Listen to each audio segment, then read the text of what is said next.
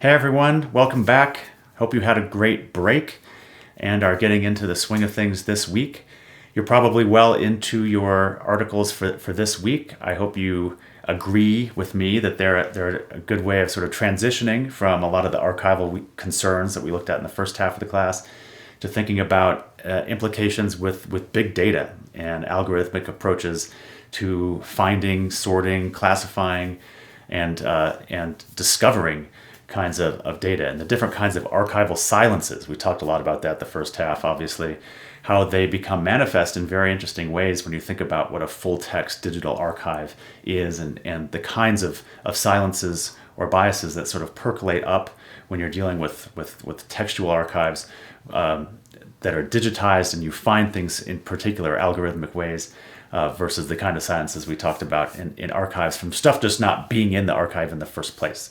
So a very different kind, well, it's not totally different, but a different application or sort of theorizing about silences and visibility in the archives in a very, very digital context. So I hope you're enjoying those.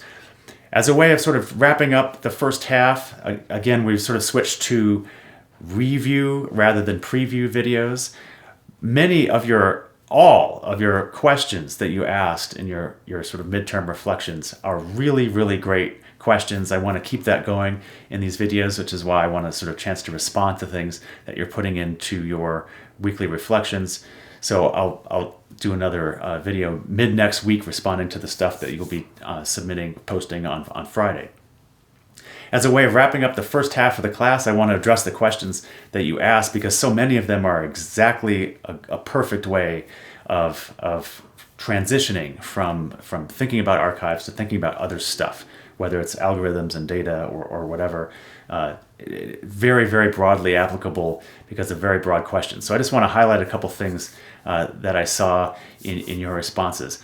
Olivia talked a lot about public schools as an interface, and this was kind of the theme of her post. She mentioned that she thought she had a pretty good grasp of archival power and silence, but was confused about interfaces and whether or not public schools were really a kind of interface. Does that make sense to think of it that way? And absolutely, I think it's very smart to see any kind of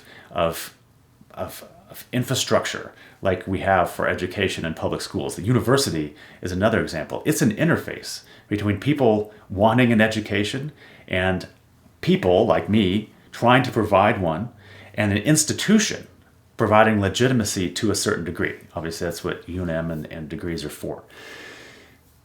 There's a huge imbalance in power in terms of public schools. Olivia writes a lot about this in her post. That it's very inequitable in some ways. The students who have access to certain kinds of schools, certain resources at schools, people who are able to learn in public school settings, they're very much like the archive in the way that they privilege certain things and they sort of inhibit certain things. And in this way, public schools are a great example of an interface. Olivia asks, why are they important? How do public schools or any other kind of interface directly relate to the stuff we read about archives? And I think Olivia's post perfectly exemplifies how archives is a great way, and interfaces are a great way of thinking about public schools. Any kind of interface is a sort of a mediator between two different systems, like a person wanting to be educated and then the system that provides that. Just as with any sort of interface that you use on your phone or a website, there's things you can do, there's things you can't do. The interface is created for a certain kind of person or a certain kind of use. And if you don't fit that sort of use case, if you don't fit sort of the ideal user that people are thinking of when they design the interface, it's not going to work as well. And it's going to be a lot more effective for certain kinds of people with certain kinds of backgrounds and less effective for others. And we tend to think of interface as this sort of homogenous thing that affects everyone equally. And I hope that after the readings for the first half of the course, you can think more abstractly and theoretically about how that's definitely not the case. We assume our banking website, for instance, or even UNM Learn, for instance, as I alluded to in my last post written up on the syllabus. We assume that these things sort of work equally well for everyone because we're all seeing basically the same thing. But we might not be seeing the same thing. Your banking website might allow you with your algorithmic sort of persona and data about you, do certain things that other people can't do because they don't have the same kind of data about them, whether it's incomplete or wrong or biased or whatever the case may be. You may be able to do things other people can't do, but it seems like to you, everything is the same. Everyone has the same opportunities to use the interface in the same way. Not necessarily the case. Even if they are exactly the same for everyone, people come into them with different expectations and understandings and abilities and so on. And this is where thinking of the public school as an interface is so interesting, because it allows us to think about sort of what are some students going to be able to do in that setting, even though the interface is the same for everyone physically, obviously same teacher, same classroom and so on, same resources kind of around, but who is able to benefit from them at the time? And that's the kind of question that we get from thinking about interfaces in general. And I hope that you can continue, as Olivia is doing to public schools, apply the idea of archives and interfaces to just about anything. Connor wrote a lot about community archives and news and social media as archives, which are very interesting ideas, and asked a good question that follows up with some stuff we were talking about recently. How do the community archives experience archival power and silence issues differently than the traditional archives? And that's a great question, because it's easy to think that they're supposed to be very different, right? And in many ways they are. They're meant to be a complement. They're sort of an opposite, community archives, to traditional archives. But they have the exact same issues in terms of archival power and archival silence. They're not meant to be different issues. They're just meant to have different biases. Okay, they're meant to ignore the people who have been traditionally a part of mainstream archives. They're meant to empower a group that has been traditionally ignored by mainstream archives. But it's meant to be a complementary power and silence, but they're not at all immune from those same issues. And I don't think any of the creators of community archives would argue that they sort of avoided those issues. They're just taking a different tact in a way. They're just they're providing a complementary kind of service to the traditional archive. Can certain types of interfaces experience a silence or power, or cultivate a silence or power similar to the way archives do? And yes, that was exactly the point about the interface unit. I just kind of mentioned this in reference to Olivia's point. Interfaces really are where these silences and experiences are embodied. It's not just interfaces. Obviously, archives have a broader power that we read about. But interfaces increasingly, because so much of our access to archives now is mediated through particular digital interfaces that we're reading about today or this week. That's exactly why I wanted to talk about interfaces before, is because they do provide a kind of ability and inability for users to get to the archives and get to stuff, to get to data, to get to services that they're trying to get to. Matthew provided a great summary, asked a great question related to community archives. Is there ever going to be a shift in power in terms of who controls the archives? If so, how would this go about? And I think that's the goal of community archives, is to kind of not necessarily shift power from mainstream institutional archives, big organizations, to lots of smaller ones, but to create more of an integrated sort of, I guess, pyramid or hierarchy. You have a very few elite cultural institutions, and then you have sort of more regional ones, and you have sort of more and more local ones, and they're fostering interconnections between them. And what we've seen in archival practice for many decades, if not centuries, is that there's been just a few elite institutions at the very top of this pyramid, and that's been pretty much it. And whatever they do or don't do is kind of, everyone else gets subjected to that. But now when you have a lot of community archives that are very local, that are serving very specific needs, working in specific ways, and trying to sort of push upward and get their cultural artifacts and get their perspectives integrated into a general archival perspective, I think that's when you start to see a shift in control from that sort of very top of the pyramid down to a more diffuse sort of ground level, community level situation. And I think that's a very important power shift, because it's giving a lot more people, a lot more kinds of people, a lot more geographies and so on, voices in how the archive as sort of an institution and larger sort of structure works. With the ever-growing use of technology, will analog archives cease to exist? This is a great question.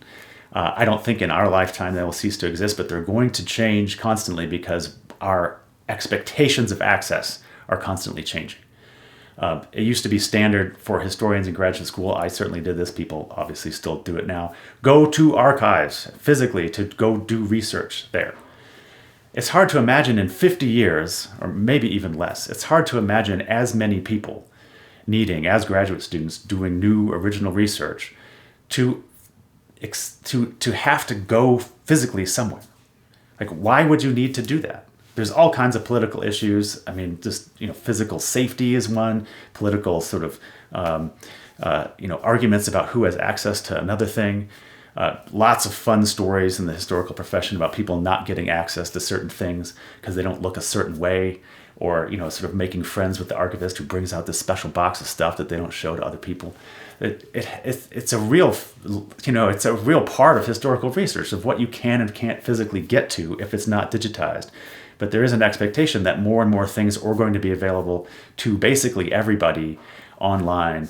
And obviously the historical record is becoming increasingly digitized. So there is going to be there already is a different expectation of what we can access and when we can access it and who we can access it. But Natalie wrote in her post the importance of community spaces, physical spaces, to facilitating some sort of energy and success around community archives. There is some legitimacy to having a physical space, to having a place where people can go and look at the stuff. And we're going to continue to save physical things, and people will want to see them. I mean, holding, stuff from history matters, right? People, they like that. I like that. Most people who are interested, most people who don't even care about history think it's cool to go to a historic place or a historic building and think, oh, so-and-so lived here or did this. To hold, a physical artifact is interesting. It's emotional. And so that physical place is always going to be important, but because our expectations for access is changing, I think that's really going to change the nature of what archives are about, and the idea of the interface is going to be even more important, because increasingly, even to stuff that has a very strong physical presence, like coins, for example, you want to see how big they are comparatively. You want to see them in a collection. You want to see them in historical context. It's hard to do that in a digital way, and it's very expensive to make sort of 3D scans of stuff that you can sort of zoom in and rotate around. I think that's one really cool facet of digital history, but it's really expensive. It's really time consuming. As we see more of that, that's definitely going to change the way we think about how we access analog archives. So will they cease to exist? No, but I think they're going to change the interface that we have to them in very profound ways, even in the next, I think, 20 years. It's going to be a very profound shift in how we access digitally stuff that's being preserved physically. Bobby makes a number of really excellent points in his post, and one thing he emphasized or mentioned that I want to emphasize now is something I hope everyone takes away from the first half of the class, which is just the idea of the archive. And he commented that it means so much more to him now than his previously one-dimensional view. This is his phrase. One-dimensional view of a collection, stack, or pile of documents, records, file gathered around some person, place, or thing. Thinking very abstractly and theoretically about archives is exactly what I hope you get out of the first half of the class, that you can apply it to anything, right? And it's not just, a place where you put stuff, as we talked about. Bobby referenced Trevor Owen's piece on the different definitions of archives. I hope you have a very different sense of what archives are sort of as an institutional phenomenon, and how much impact they have on our daily lives, and how we can think about them in very, very abstract ways that then we can apply to completely non-archival situations, right? Because that's the goal of the second half of the class. He emphasizes also something I should have emphasized a lot more in the first half, the idea of archives as social constructs. And I think this is a really great observation, and something that I now that I think about it, I should have said more. People are making up what archives are, what they hold, how people use them, what they're for, the legitimacy and authority they carry or don't. People make this up. There's nothing inevitable about it. There's nothing unalterable about it. There's nothing objective about it. it's a social construct and it's constantly evolving, right? But it's also sort of has the typical sort of social biases that go into any kind of social system, right? We tend to think of it as this objective place where stuff gets put, but really, hopefully after this first half of the class, you see how dynamic and variable it is in one sense, but also very static and closed in another sense, right? And that's I think true of almost all social systems. There's an element of change and dynamicism and responding to the world, but there's also this sort of deliberate distance at the same time. Bobby asked a really great question. Why don't we read more about sort of big institutional archives? Why don't we read more about what large institutional operations sees their contribution to archival practice? They've learned a lot of things. They've been around a lot of time. What wisdom can they offer, he asked. And that's a great question. And I should have been more clear about this in the last few weeks, but when we were reading about community archives and I asked you to write about their challenges and limitations of community archives, the point was to get you to think about how many of the challenges and limitations of community archives was precisely the strength and value of the traditional archive that we've been sort of critiquing for the first half of the class. The stability, the institutional knowledge, procedures that have not only sort of withstood the test of time and been around, but also been adapted to meet different kinds of needs and to meet different ways of knowledge production, to meet different ways culturally of thinking about the world and relationships between people and archives and power and records and legal, political status and so on and so forth. So we have a lot to learn from institutional archives. And I focused, obviously, in terms of the readings on more of the critique of them. And I wish I had a little bit better readings earlier on about sort of how valuable and useful and smart traditional archives have been for a long time.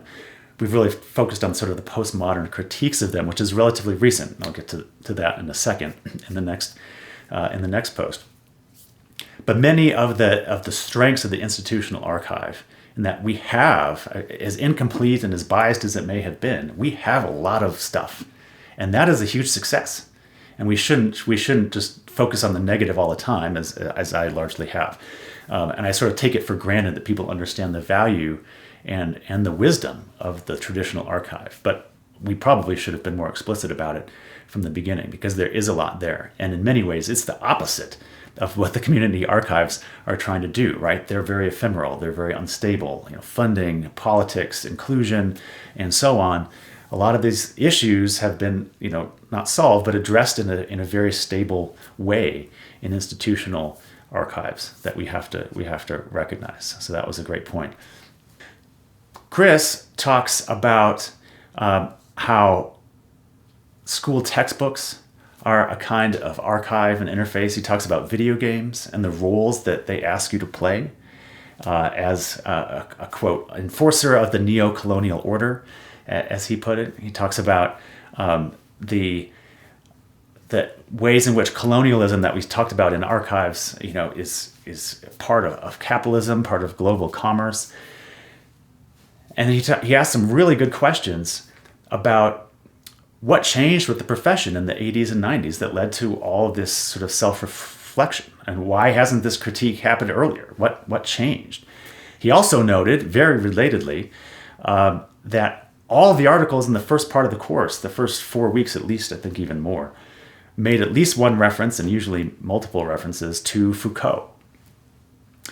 What is it about Foucault that makes his work so appealing to the people in the archival sciences? Chris asks. Could it be that I am a big fan and selected these articles because I like Foucault and want you to know about him? I think we deserve answers, he says, and you do deserve answers. I'm sorry you don't have them now. But here we go. What happened in the 80s and 90s and really 70s to make archival sciences change and sort of become more self-reflective? What happened was Foucault. That's what happened. Postmodernism, not just Foucault, but postmodern thinking in general, which we read about enough that I don't need to rehash that here. But Foucault was a major sort of driver of thinking about the archives. And he wrote a lot about archives, not just as the nitty-gritty practical concerns of like what temperature do you keep this stuff at, and what level of humidity, and where do you put it, and who accesses it, and so on. But he's talking about it in this very sort of structuralist way of how do we understand the power of the archive in society and sort of how it shapes the world around it rather than acts as an objective sort of repository for things. And so a lot of the critiques that we're reading or we read in the first half grow out of what he was writing about. There are two books in particular. I have them right here on the shelf. Two books in particular. I love these covers, but they really have nothing to do with the actual book. The Order of Things here and The Archaeology of Knowledge is the other one. These two books were hugely influential, and I think they were cited directly, but he wrote a lot of other things about archives in lots of different contexts because he found the power of the archives and what we save. Again, going to Bobby's point about social constructs, what we save is it's not just something we save, right? It's a reflection of who we are and who we want to be, right? It's very, very powerful, and we have to think about it in very abstract terms. I debated for a long time whether or not to assign, aspects of these books. Foucault is really, really hard to read. I mean, just linguistically, it's really hard to read, and it would have taken us a long time to sort of unpack what he's trying to do. It's super confusing, especially if these issues and topics are new. So I decided not to do it. But he is the reason, and how he applied postmodernism to the idea of archive. But he also talks about sexuality. He talks about in incarceration and prisons. He talks about these sort of larger structural things around us that have a tremendous impact on our everyday sense of culture in life. So that's what happened. That's why we're reading all this stuff. That's why Foucault's important. I'm not actually a big fan of Foucault because I think he's so hard to understand.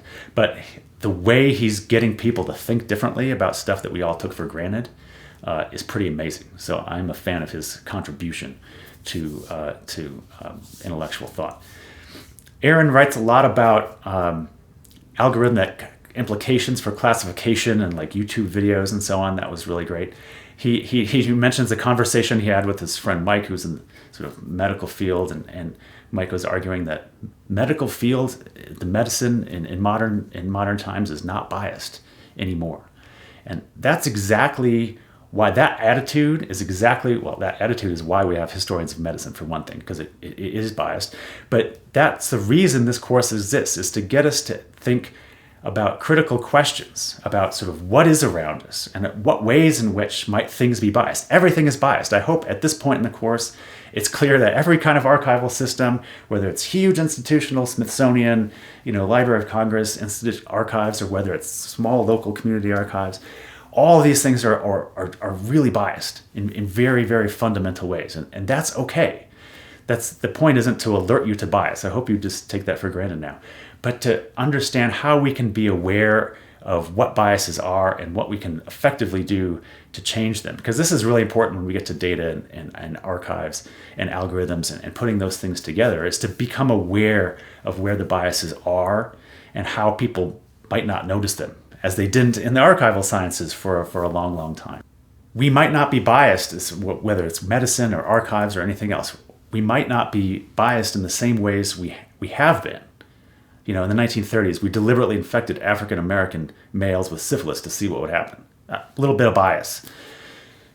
We don't do that kind of thing. It's not that egregious anymore, but we still do a lot of really horribly biased things in medicine all the time that are perfectly accepted. The biggest, easiest example is BMI, body mass index. We use this as a metric of health. Healthcare companies use this to determine how much people pay for health insurance or what they have access to or how likely they are to have a disease. Something like 80% of African American women are obese by this metric. Is it really because they are obese? And some of them maybe are, but is it really 80%? Is it really that high? Or is it because that scale was made by middle-class white doctors to measure middle-class white people? It's well documented how incredibly racist this metric is. It's still central to how medicine evaluates the health of people in general. All people, even though different groups obviously have very different body types. There's lots of kinds of body types within lots of different sort of cultures and ethnicities and so on. So it might not be racist in the same ways it has been, might not be biased in the same ways it has been, But clearly those biases exist. They exist in algorithms and how we evaluate people's health and the likelihood that they're going to need medical care and expenses and insurance and so on and so forth. Lastly, I want to end with just a few comments about Natalie's post. She talks about the emotions in the archives and the way that that was highlighted. And she really emphasizes the flexibility and creativity needed to turn archives into extra archival lessons, and how this in itself is a lesson learned from the archives. We've seen the flexibility and creativity needed to sort of keep archives moving and keep them relevant in a very sort of postmodern world. And the flexibility and creativity that archives need to be successful, and that creativity and flexibility that is useful in applying archives to other things, I think is exactly the right sort of step, the first step to make as we sort of move from archives to algorithms, to think very abstractly, very creatively and flexibly about all these different sort of themes and lessons that we learned from the first half of the class, to think about how do they apply to data, to algorithms, to automated decision making, and so on. In a lot of ways, there's really good matches, and a lot of ways they don't match at all. And so if you're too literal about it, you just, what? Who cares? Like, how does this really? How do these things relate? But creativity and flexibility are going to be central. And I think when we think very abstractly about the archives, as Foucault taught us to do, and as we've been reading our various authors and how they've been teaching us how to do it, I think we'll be able to understand algorithms and sort of data-driven society in a fundamentally different way. That's my hope, anyway. We'll see how it goes. Good luck with your posts for this week. I'm looking forward to them, and I'll see you again next week with comments and answers to what I'm expecting to be very good questions. Take care.